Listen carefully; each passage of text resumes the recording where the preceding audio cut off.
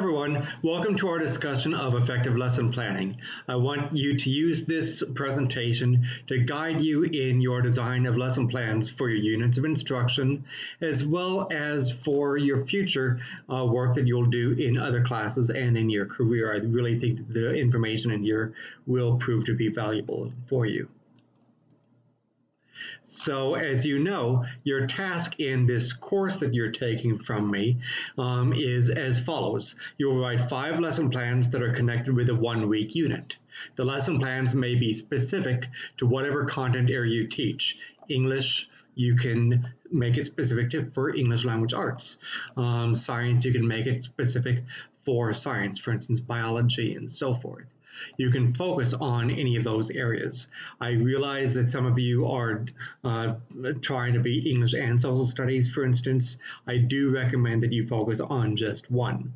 Your unit should integrate the language arts into your content area. That means reading, writing, speaking, listening, viewing, visually representing. Notice I'm not asking science teachers to make an English lesson plan. What I am asking you to do is, if you're going to do a science lesson plan or a science unit, integrate activities where students are reading and writing or making visual representations. So here are steps in putting together your lesson plans as well as your linked unit. Remember, essentially what I'm calling a unit for the purpose of this activity is that it's a series of lesson plans linked together by a common theme. So first of all, you're going to work on a rationale. A rationale is a justification for instructional choices that are made within your unit of instruction as well as within your lesson plans. Now, for the fall semester of 2020, the students that are watching this that are in my classes fall semester of 2020, I'm not asking you guys to write a 3-page rationale like I do in other semesters. This semester is a difficult one. We're still in the middle of the pandemic, and there have been other issues that have come up this semester, but it's really, with the pandemic, I think you're dealing with a lot. So a 3-page rationale, I think, would possibly weigh you down more than I necessarily need to. So I did not put that in your syllabus. All I'm really asking for a rationale in this case is a short, 2 to 3 sentence rationale. So that will be a little bit more doable for you. If you're watching this and I reuse this video for the spring semester of 2021 or onward, which I probably will, then I probably will bring back the 3-page rationales for students in my classes in the future. And I would make a separate presentation on top of this one to really walk you through what I want in a 3-page rationale. But for the fall 2020, what I'm doing right now in this video is enough for you because I'm only asking for about 2-3 sentences that are connected with your lesson planning. That should help you out. Okay, so think about what texts are going to be read, what assessments are going to be used. Keep in mind that when you choose what to include within your brief rationale, think about what is not being included also, because remember, if you choose to use a unit, for instance, where you're talking about issues of loneliness with Death of a Salesman, there could be other books that also deal with themes of loneliness also. So think about what you're using and what you're leaving out when you make those choices. That's a fact of life. So the better your rationale, the more persuasive you'll be. Your critics, including me and possibly others who might question your choices, will have an easier time understanding what you're doing if you've got a very clear rationale for why you're doing it. When you're doing your lesson plans in the future for a principal, when you're on the job, it will be much easier to defend your choices if you've got a clear why for what you're doing. And of course, for your students, when your students, especially middle school, ask you, why are we doing this? It's much easier if you've thought about the why. So some things that can guide you with your rationale statement. What are the central concepts to be studied? Why are you teaching this unit and its related concepts instead of other possible choices? In developing your rationale, ask these following questions, especially this one. If you're challenged about your teaching and your teaching methods, how would you defend it? In order to develop a credible defense, you must write a good rationale that you believe in. Your rationale is your conceptual unit's raison d'etre, your reason for being. Why are you doing what you're doing in your unit of instruction? Why this plan instead of possible others, and how does this meet state standards? You address that real briefly, especially for the fall 2020 when I'm not asking for a long one, you'll be in good shape. Think of a central concept or theme. Remember that the reason I'm calling your 5 lesson plans a unit is because they are linked by a common central concept or a common theme or a common guiding question that ties your unit together. For instance, if you're teaching a unit, 5 lesson plans on Animal Farm, and your theme is satire, that opens the door, and here's the advantage to thinking of themes. A theme of satire opens the door for bringing in a second book, for instance, Gulliver's Travels in the future, in a second week if you're an actual teacher. Or more than 1 week, you know what I mean. Okay, so thinking about build connections with students in a very authentic way. Think about your unit material and how you can get students to care about your material that you're teaching in a way that matters to their lives. Think about how you would spark an interest for your students. For instance, think about what they're probably going through in their lives as they're coming of age, growing up, as they're growing up in the age of COVID-19. There's that, and think about how your material can possibly relate to that within their social interactions and their personal interests. If you write down the connections that you're making in relation to the theme, that will help guide you in your planning. And remember, ultimately speaking, we're talking about backwards design. How are you going to connect with students? Where are you going with your lesson plans? What do you want students to learn? What's your end goal? And then everything is shaped with this end goal in mind. So from there, once you've got your theme, once you've got your authenticity, your link with students, now you're ready to think about instructional goals. The goals are basically broad, generalized statement about what you want students to learn. Think of them as targets that you want to hit. For instance, students will gain an understanding of world cultures if you're dealing with social studies.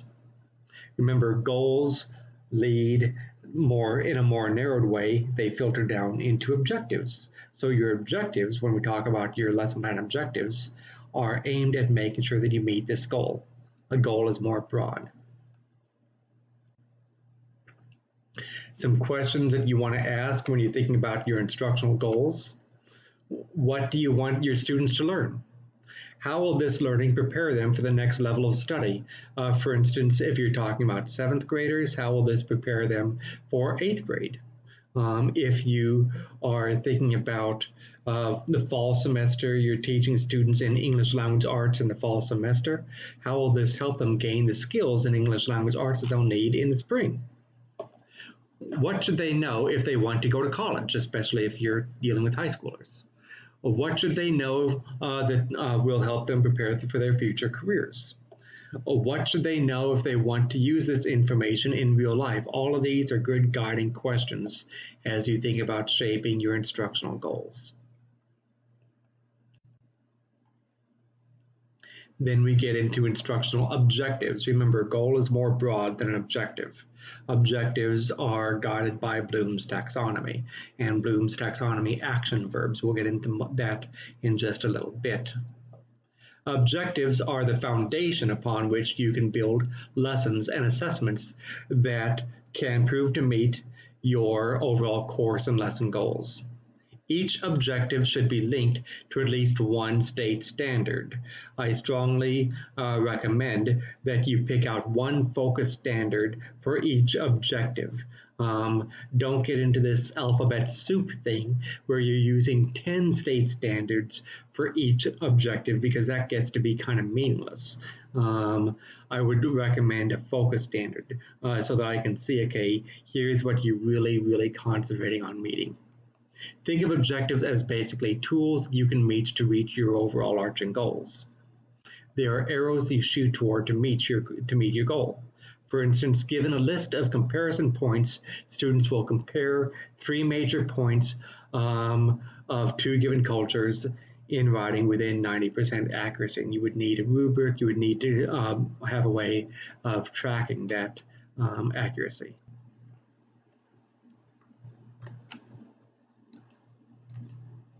So then we get further into instructional objectives, we get into Bloom's taxonomy.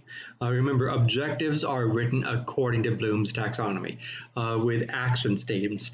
For instance, students will be able to objectives are tied to state standards.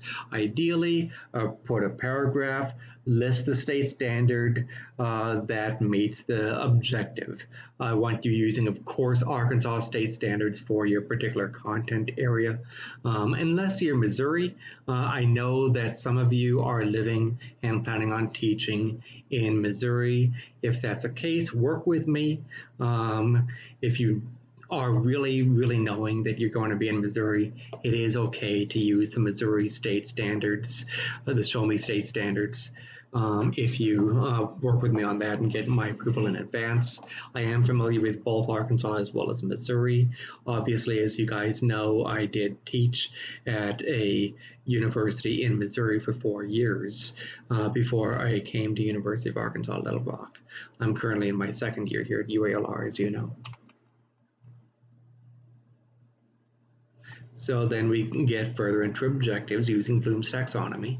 The purpose of objectives is to ensure that learning is focused very clearly, enough so that students, as well as you as a teacher, know what is going on so that learning can be objectively measured. Remember, you want to be clear, you want to be focused, and your objectives should be capable of being assessed to see whether you're meeting objectives or not.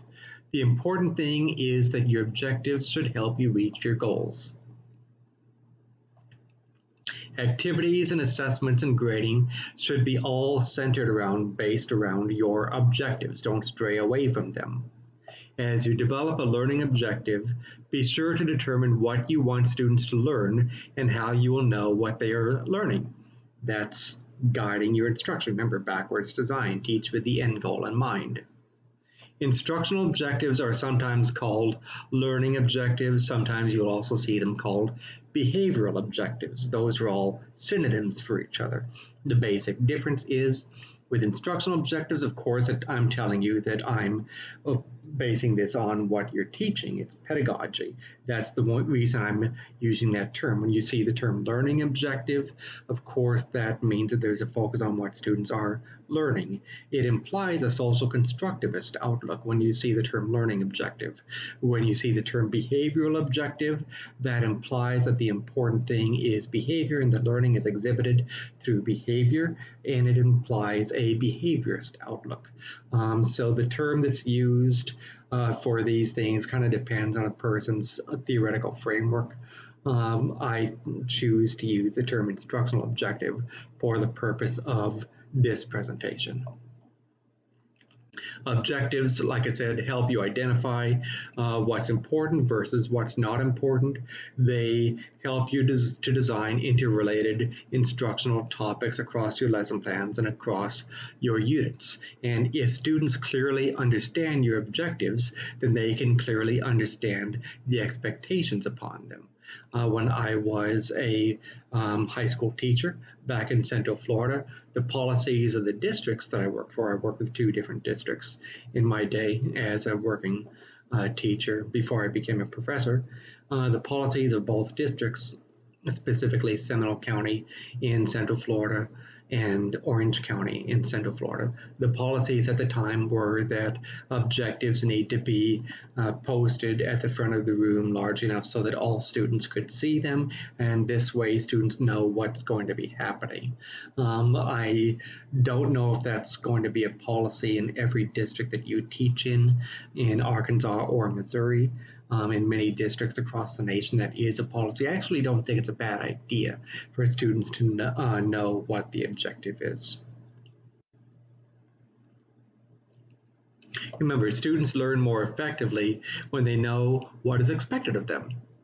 And teachers are more effective when they're focused upon these expectations. When knowledge, process, skill do you want learners to be able to demonstrate? That's one question you want to ask. And what will the learner be able to do by the time they finish the lesson? That's another question you can ask. So then we get into what goes into the writing of instructional objectives. You want to be very concise. In other words, one or two sentences enough. Be singular. Focus on one point of Bloom's taxonomy, cognitive, affective, or psychomotor. We'll go over that in a bit. And I really would prefer that you focus on one or two focused state standards that you mean that's tied to each objective. Remember, each objective does need to be tied to at least one state standard. Describe expected behaviors. An objective should indicate the desired end product, not merely what you're going to be doing, what your activities are. Teach with the end goal in mind, backward design, as Wiggins and McTighe would say. Be very realistic. An objective should focus on observable behaviors of children, not on indefinite traits. For instance, the behavior, criteria, conditions, and expectations should be clearly communicated to students. And like I said, select state standards that target each objective. Objectives should be written either beginning with something like students will learn to with a verb, or for instance, they might start with the verb observe a chemical reaction. Notice the focus is on what will students do, and it's written in a way that is capable of being assessed later. Remember to keep your objectives very specific so they can be assessed. We want to use definitive Bloom's action verbs. Write, define, list, compare, take you in a direction that's very specific and capable of being assessed. Just simply saying they'll understand something broadly, especially if it's a broad concept, make sure is a little bit problematic because it might be too broad. It might have too many different meanings, too many rooms for multiple interpretations. Be as specific as you can. We deal with three different categories of Bloom's taxonomy. The cognitive deals with specific domains of knowledge. The affective deals with feelings, emotions, values. The psychomotor typically deals with body movement. Now, unfortunately, and I do mean unfortunately, at most schools, really PK through 12, but especially middle and high school, there tends to be a bias toward focusing on the cognitive objectives. That's why in this presentation, I will spend more time on the cognitive objectives as opposed to the affective or the psychomotor. Now, that being said, these objectives do link. The affective and the psychomotor can help students with the cognitive, and there's an especially very strong link between affective and cognitive. So it's problematic that too many teachers are neglecting the affective and psychomotor domains while focusing so much on the cognitive.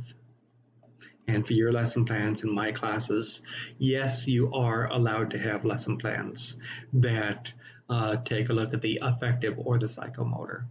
For instance, with psychomotor, you might deal with movement associated with dance, drama, plays. Think of, for instance, the way that if you study pedagogy of the oppressed with Paulo Freire, think of the way that the affective psychomotor and the cognitive get intertwined with the approaches in pedagogy of the oppressed. So the first, again, we're dealing with specific domains of knowledge, dealing with the cognitive right here.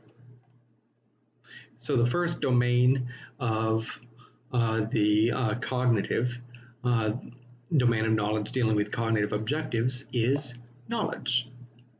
Knowledge deals with how do students exhibit their knowledge of recalling facts, terms, basic concepts. Most achievement tests typically tend to focus on the knowledge domain. For instance, multiple choice tests by nature tend to focus on the knowledge domain of Bloom's taxonomy. Some key words associated with knowledge would be who, what, when, where, how, define. All this is a signal that you're dealing with the knowledge category of Bloom's taxonomy, a knowledge-based objective. Some questions that you can ask that signal that you're dealing with a knowledge-based objective. What is, how is, where is, how did blank happen? All of this deals with the knowledge-based objectives.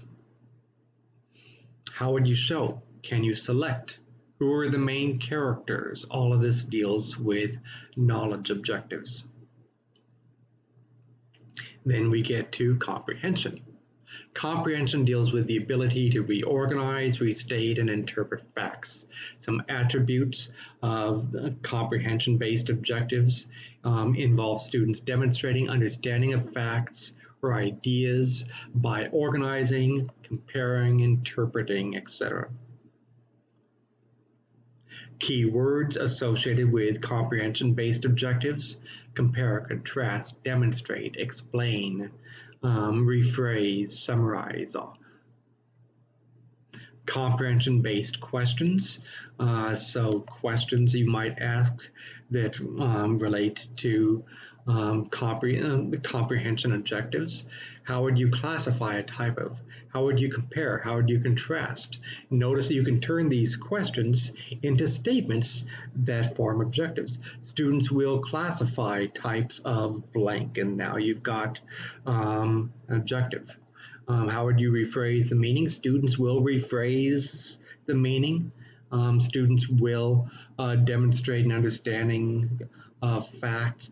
Demonstrate an understanding, that's too vague. Think about what they'll actually do to demonstrate that understanding. Would statements support?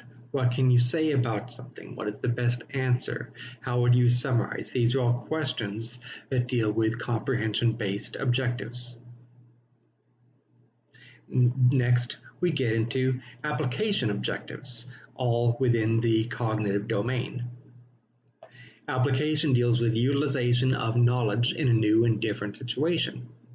Test items in this category generally ask students to make decisions about new situations. Oftentimes it's a problem-solving type of thing. Oftentimes that leads toward essay. So attributes of application-based objectives would be having students solve problems by applying acquired knowledge or techniques in a different way. Keywords associated with application objectives would be apply, choose, construct, make use of, solve. Questions dealing with application objectives: how would you use that applies? What examples can you find? How would you solve blank using what you have learned? Some more questions. What approach would you use to do blank? Notice to do, that's application.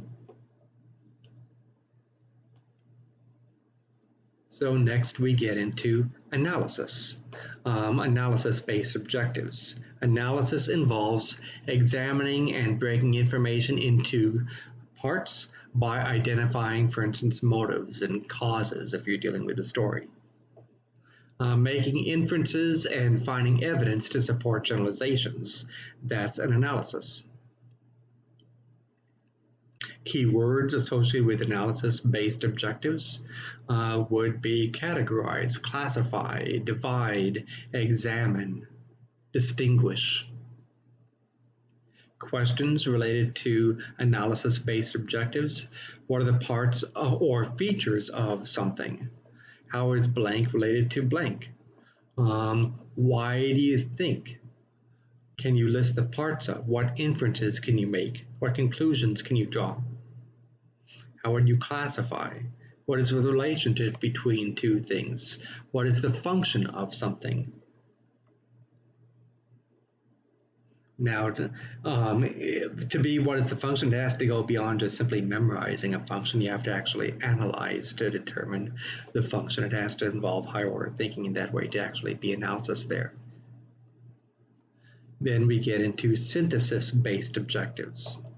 That involves compiling information together in a different way by combining elements in a new pattern or proposing alternative solutions. This type of objective can be characterized as taking various parts of a problem, putting them together to derive new meaning. Test items of this part usually ask people to organize specific items into an overall problem statement, and from this statement to form conclusions. Often that's done in an essay.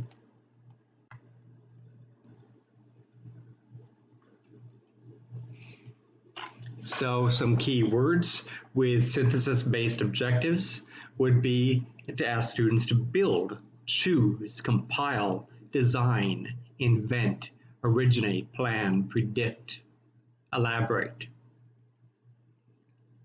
Some questions that you might ask in relation to synthesis objectives. What changes would you make to solve blank? How would you improve blank? What would happen? Can you invent? How would you adapt blank to create a different blank? More questions here you can see. Suppose you could blank. What would you do? How would you test? Can you formulate a theory for? What facts can you compile? Then we get into evaluation objectives. Evaluation typically means presenting and defending opinions by making judgments about information, validity of ideas, or quality of work based on a set of criteria. Typically speaking, that's also backed up by evidence and reasoning, logic. It's not just simply, oh, here's my opinion, without any kind of criteria or evidence. It's got to be rational. Objectives requiring the evaluation involving judgment of theory or products according to a certain criteria. It might also be measurement at this level also requires utilization of lower level mental skills to build up toward it. So you've got to have knowledge, you've got to have comprehension in order to then evaluate. The student is required to decide between right or wrong, good or bad, relevant or irrelevant, already having knowledge, already having comprehension, and then doing evaluation. Remember, it's not just a knee-jerk thing. So again, it requires the ability to analyze and synthesize in the form of sound, logical judgments. Keywords: award, choose, conclude, criticize, recommend, assess. Some questions: do you agree with the actions and with the outcomes? How would you prove or disprove something? Ask students to rate something. How would you evaluate? That's pretty obvious, of course. How could you determine? And next, we get into the affective domain. Remember, we talked about the cognitive domain. Now we're going to talk briefly about the affective domain in Bloom's taxonomy. The affective domain usually has to do with being aware of something or paying attention to something. For example, recognizing that there may be two sides to a story. Making an active and willing response to something. For instance, obeying playground rules. Valuing gets into the affective domain, consistently demonstrating an interest in a particular activity so that ongoing involvement and commitment is then reflected. For example, writing a letter to a newspaper regarding an issue one feels strongly about. That gets into the affective domain. You can easily combine affective with cognitive if you ask students to make evaluations as they're writing these letters. Remember, these objectives oftentimes can be interlinked, interwoven. So it's the affective domain is characterized by values and value statements. For instance, consistently behaving in accordance with an organized value system, integrating that system into a philosophy of life that deals with the affective domain in Bloom's taxonomy. Perceiving situations objectively, realistically, and with tolerance is something that we value here in the United States traditionally in the affective domain. Reliance on the scientific method as a means of answering questions about the world and society. That's a value that many people hold within the affective domain. Next, we get into the psychomotor domain. That deals with movements, body movements, reflective movements, responding to stimulus involuntarily without necessarily thinking about it. For instance, ducking to avoid being hit by an object. That gets into the psychomotor domain. You can also get into basic fundamental movements. For instance, making basic voluntary movements toward a particular purpose. Walking, holding a pencil. That's in the psychomotor domain. Oftentimes we deal with that with young children. Then we get into perceptual abilities, responding appropriately to information received through the senses. For instance, following a moving object with one's eyes, maintaining eye-hand coordination. You can imagine this particular domain is very common when we deal with very young children. We deal with physical abilities, developing general abilities in the areas of endurance, strength, flexibility, for instance, athletic ability. So that a particular one, for instance, running long distance, exercising with weights, that's a common one that's dealt with in physical education courses. Then we get into skilled movements, performing a complex action with some degree of mastery or skill. Swimming, throwing a football, playing baseball gets into skilled movements in the psychomotor domain. And finally, we've got what's called non-discursive communication, communicating feelings and emotions through bodily actions, dance, drama, that deals with the psychomotor domain, pantomime, dancing to communicate mood of a musical piece, that deals with psychomotor.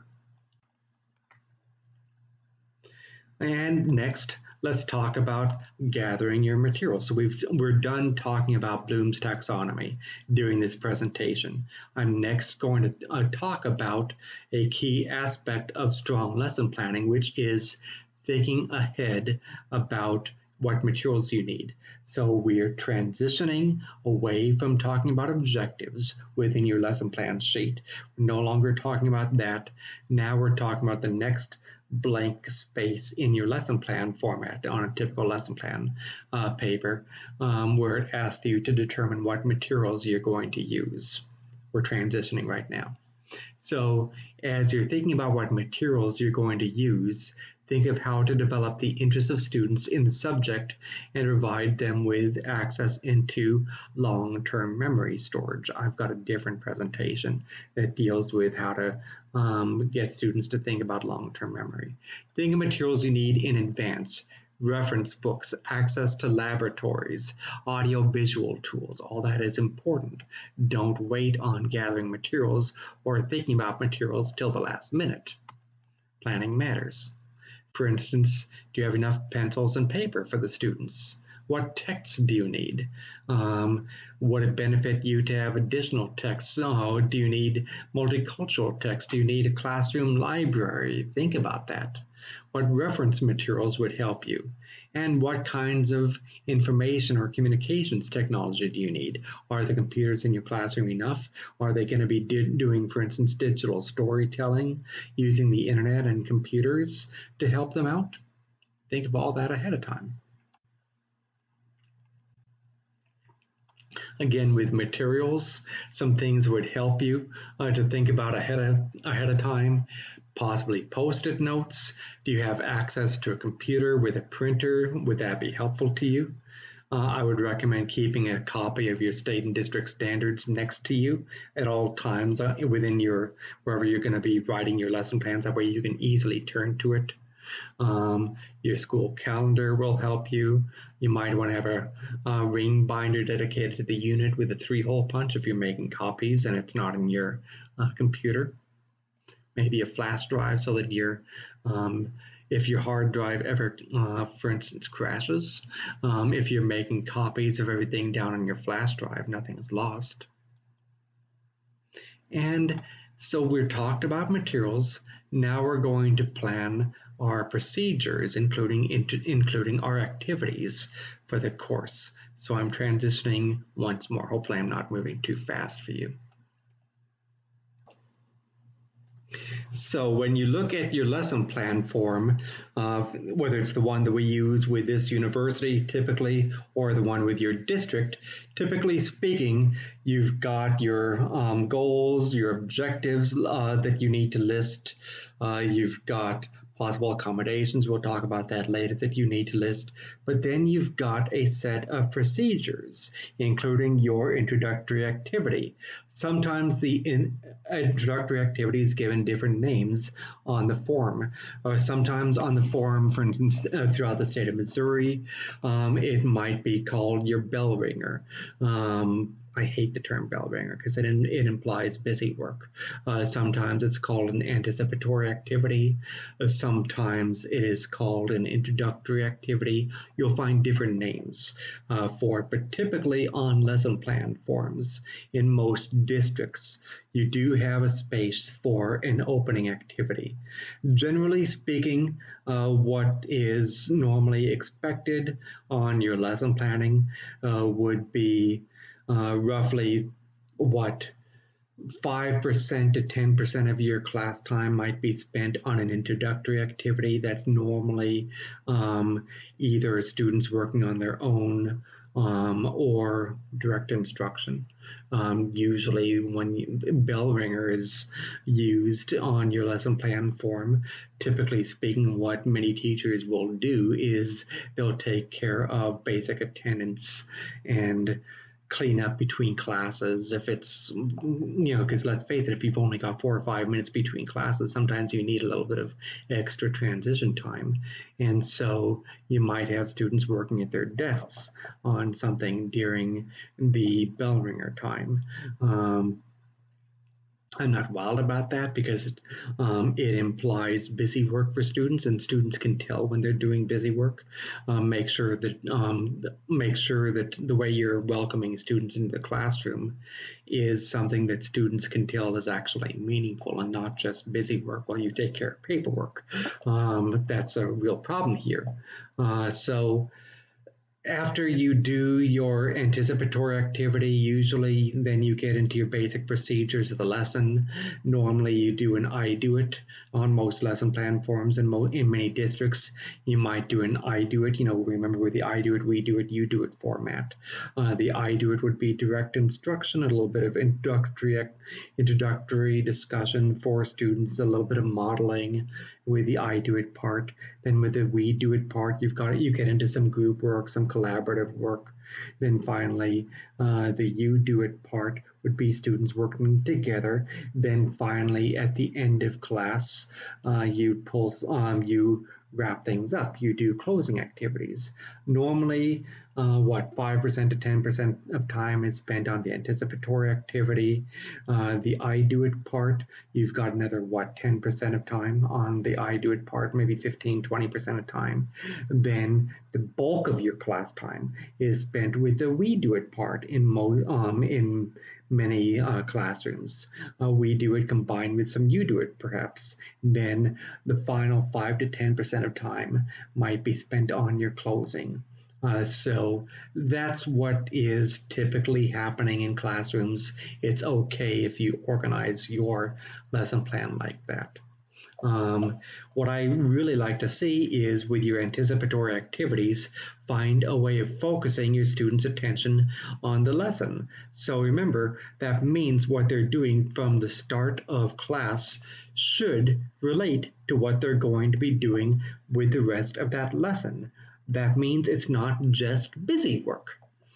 Tie this lesson to a previous lesson of learning. So again, that means you're activating prior knowledge and students are seeing connections. That's one thing that helps you to remember to do that is if you've got a common theme linking your lessons together. And of course, state the objective for the activity. And of course, objectives should be tied to state standards.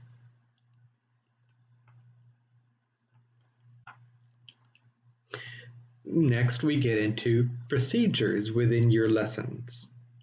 So, for instance, this lesson is introduced in a logical and engaging manner so that students know what to expect of them. Procedures should be very clear and detailed.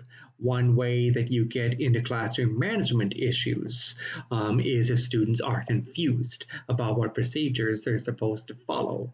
And strong hint, that's not the student's fault, that's your fault as a teacher if you have not thought about that ahead of time and if you've got confusing procedures. And unfortunately, next thing you know, students are getting confused, they're getting frustrated, and they're given detention, all because the teacher didn't have clear procedures. So be careful about that. List your procedures for the lesson in order that you will want them to occur. First, I'll do this. Second, I'll do this. Third, I'll do that. Be very clear about what you're doing. So, for instance, think about certain things in here. What teaching procedure or instructional technique are you using? Address that in your lesson planning. Are you modeling a particular skill or strategy for your students? For instance, are you doing a think aloud activity about how to figure out difficult words, or are you modeling problem solving techniques of math for students in front of the classroom as part of your direct instruction phase of the class? Are you giving them sufficient information? Think about what information they need. Again, when it comes to having information to do a task or having sufficient knowledge to do a task, a confused student is more likely to act out. Are you checking for their level of understanding? Remember, a frustrated student is more likely to act out. Are you giving them independent practice? That's the you do it time with the I do it, we do it, you do it.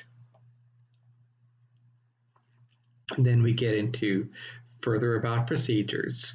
When you're listing your procedures on your lesson planning, this is where you need to have a very strong subject knowledge and the ability to plan differentiated strategies for instruction.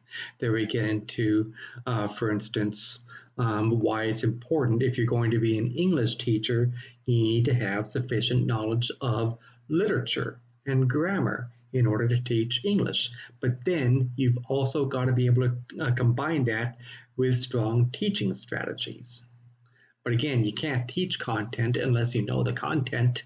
For instance, I'm not very good at calculus. I would make a very bad calculus teacher. It's been a long time since I've given much thought to calculus.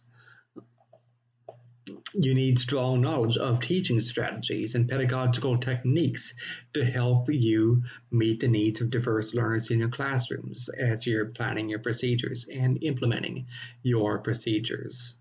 Seek to ensure that knowledge can be stored in long-term memory instead of forgotten. That takes skill. It doesn't just simply happen by accident.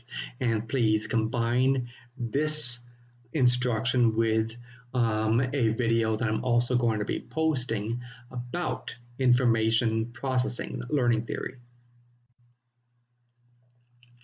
So as we think about procedures, make sure that the directions and expectations are clear for your students. State the desired quality of your work that gets into assessment and rubric. Have students paraphrase directions for you. That's a good way of checking for understanding. Ensure that everyone is paying attention. That's again, be a good observer. Ensure that major distractions have been removed.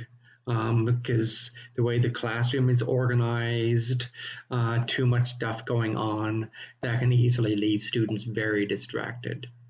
Describe the expectations, activities, and evaluation procedures very clearly to students ahead of time. The last thing you want is for a student to be unsure of or unaware of how they are going to be evaluated, and the next thing you know, you give them a lower grade on something, but they didn't even know how they were going to be evaluated in the first place, and now the student is feeling like that was unfair. You've got to be clear ahead of time. Start with a highly motivating activity in your anticipatory set. I've talked in previous videos about my love for the concept of gateway activities.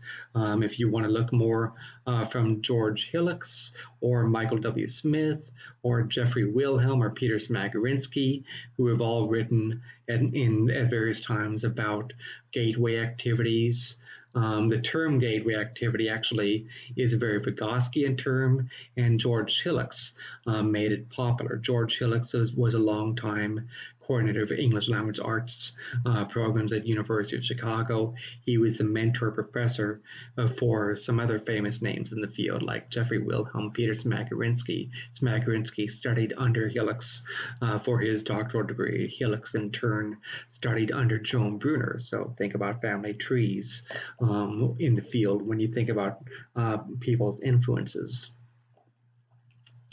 And by the way, in terms of my influence, Smagorinsky was not on my doctoral committee, but I was in very regular contact with him throughout my doctoral study.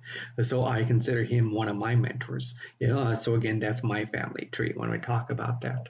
But with a gateway activity, think of what we mean by gateway. It's very welcoming. It's active.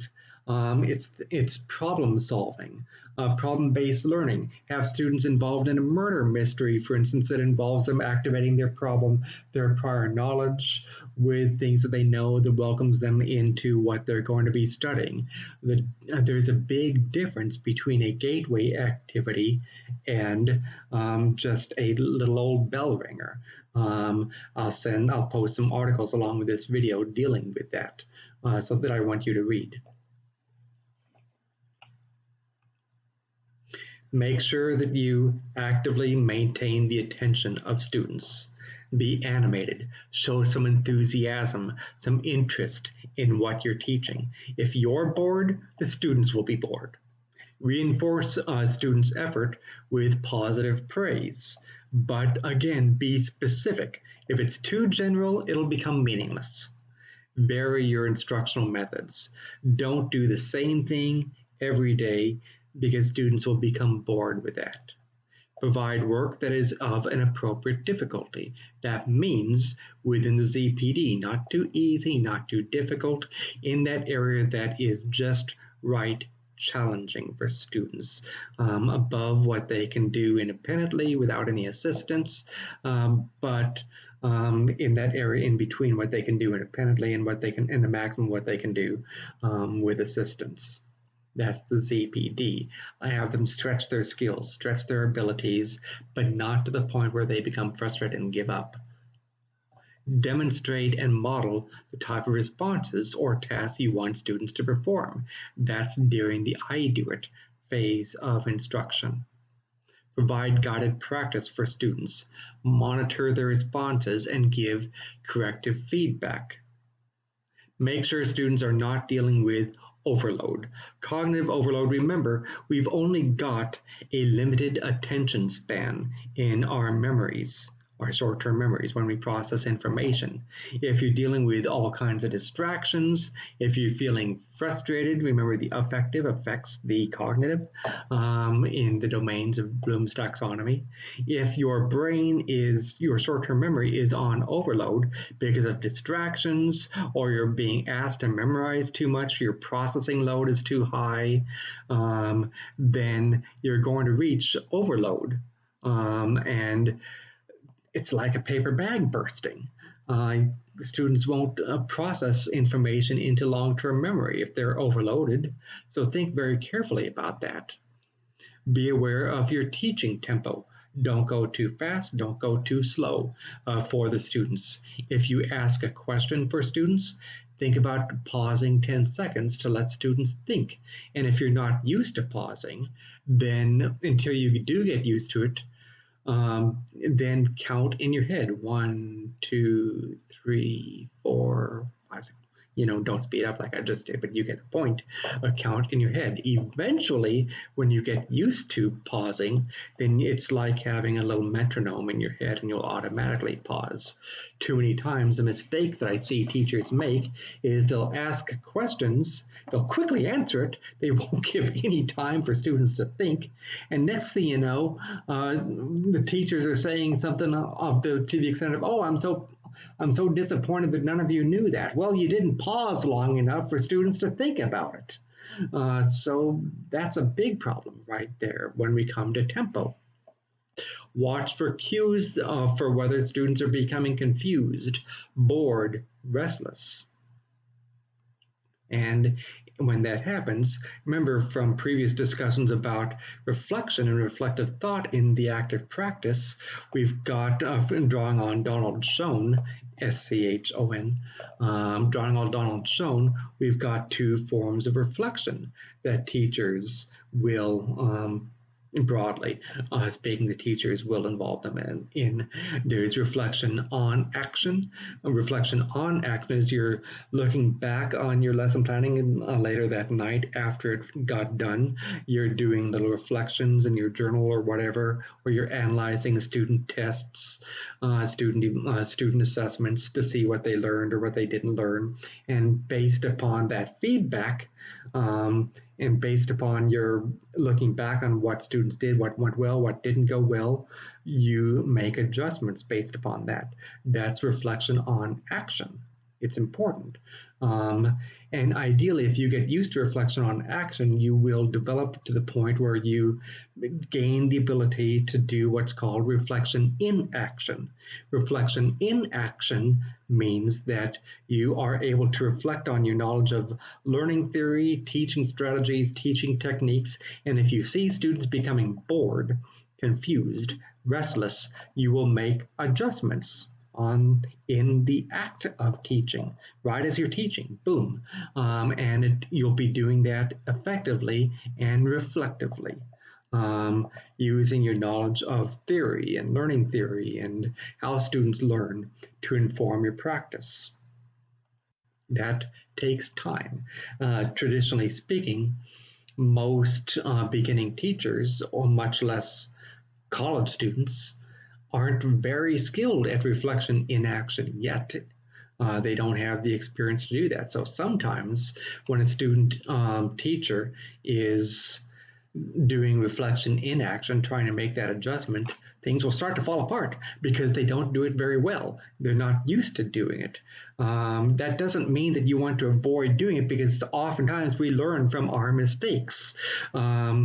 Like the old Batman thing, why do we fall down, Bruce, so we can learn to pick ourselves back up? I've got news for you. As a teacher, you're going to fall down at times. As a teacher, I've fallen down at times. But you reflect on that, you pick yourself up, and you improve, because it is vital as a teacher to eventually become highly skilled at reflection in action.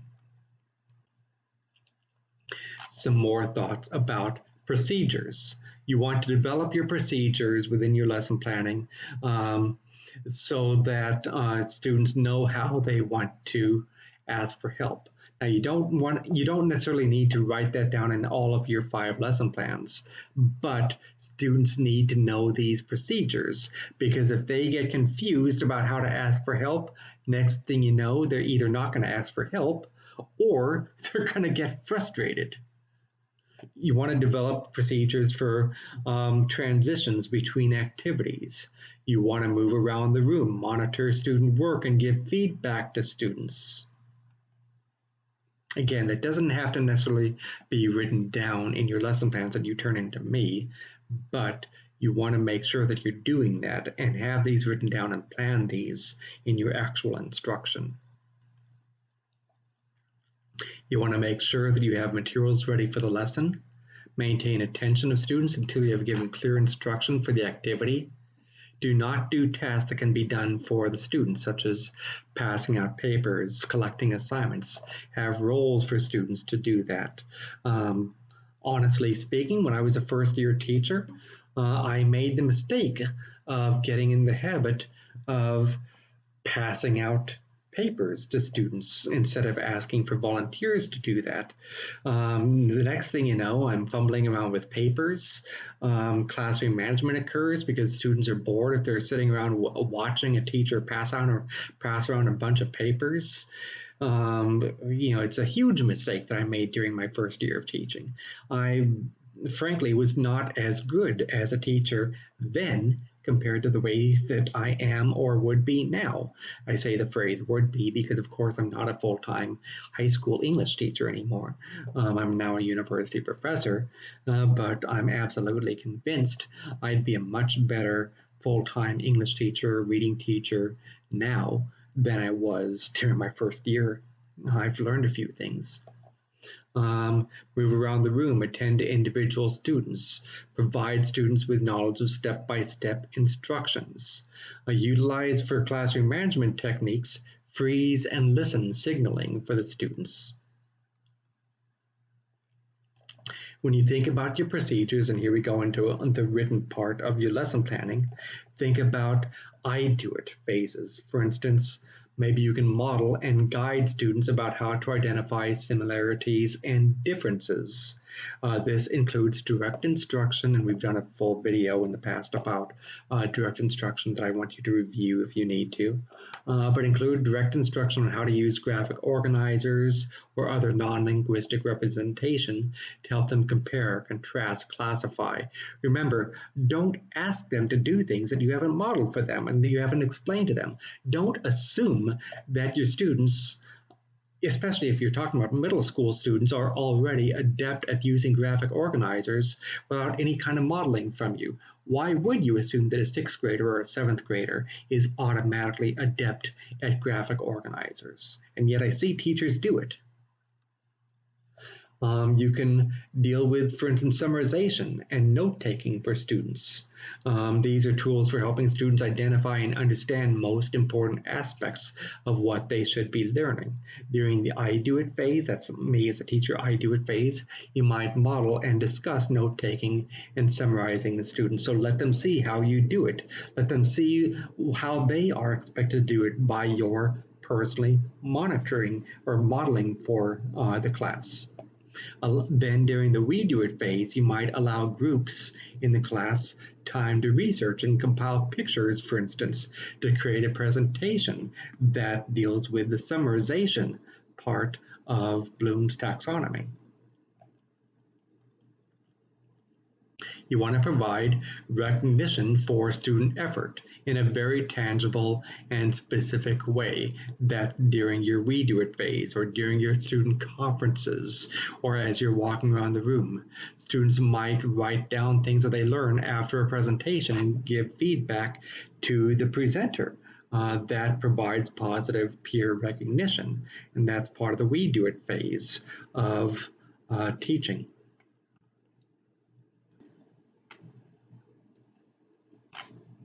So then we get into cooperative learning. Remember with the I do it, we do it, you do it, cooperative learning would be during your we do it phase of your instructional strategies that you do on your lesson planning form. With cooperative learning, you want to guide students to work well in groups. Be intentional in the way that you group students together. I strongly recommend thinking about how do students get along, get to know your students. Don't put students together who fight, of course.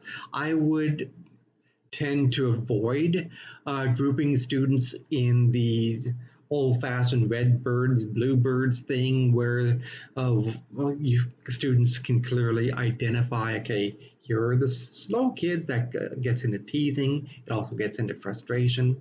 Remember that when we talk about the zone of proximal development and scaffolding and what we know about social constructivist forms of instruction, we learn by learning from others. More specifically, we learn from more expert others. If you've got your peers who are a little bit more expert than other peers, guiding their peers toward greater learning, greater mastery, then that helps each student learn. But make sure that you are training students in the art and science of how to do that, of how to work well together and how to teach each other. Make sure the students understand their roles and shared responsibilities. That's very important when you do group learning. Provide feedback to students. This can be done during the we do it phase as well as during the you do it phase. Feedback needs to be based upon clear directions and clear objectives. It should also be driven by formative assessment and summative assessment as well as formal and informal forms of assessment.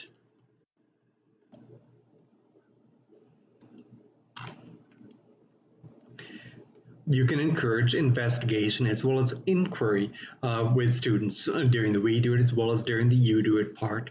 For instance, you can ask students to actively make predictions, hypotheses, and then investigate whether these things are true. If you're talking about an English classroom, make predictions about what's going to happen in the story. Take educated guesses about what's going to take place in the story. Investigate whether this takes place within the story through reading, and then do an analysis about why something happened in the story and why it didn't.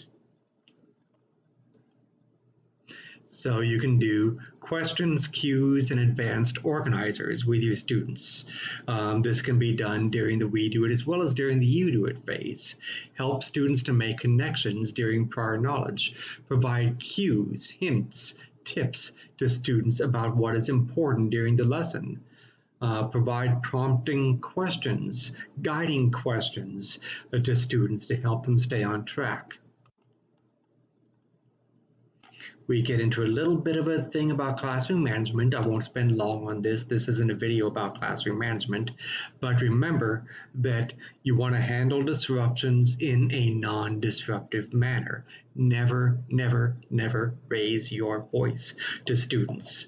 Use a ideally kinesthetic warning system. Raise your hand, 1, 2, that sort of thing. Defer a disruptive behavior proactively.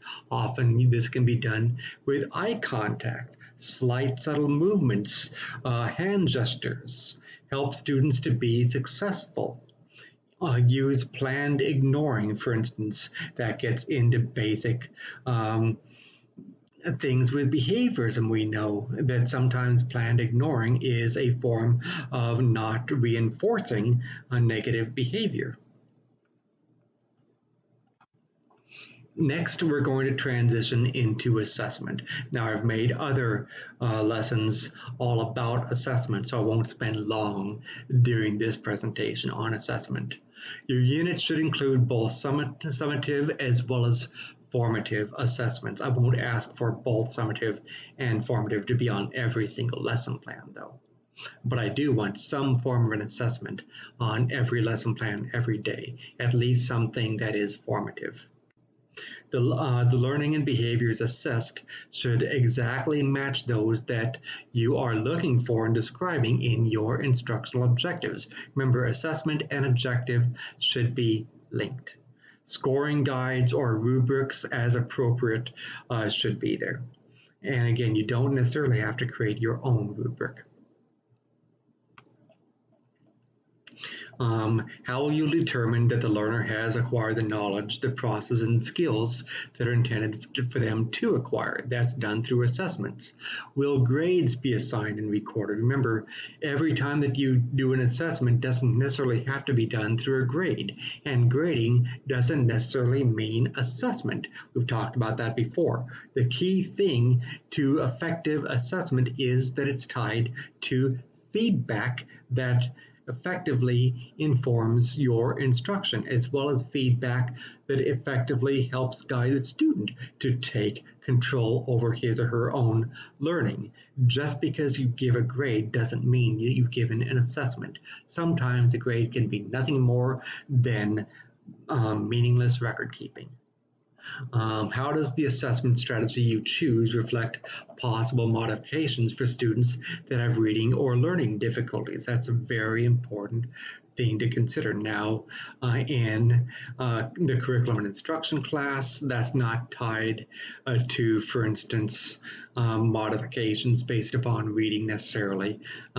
But as you become general education teachers, you will need to think about that with your IEPs. And so we will learn more about that as the course goes along.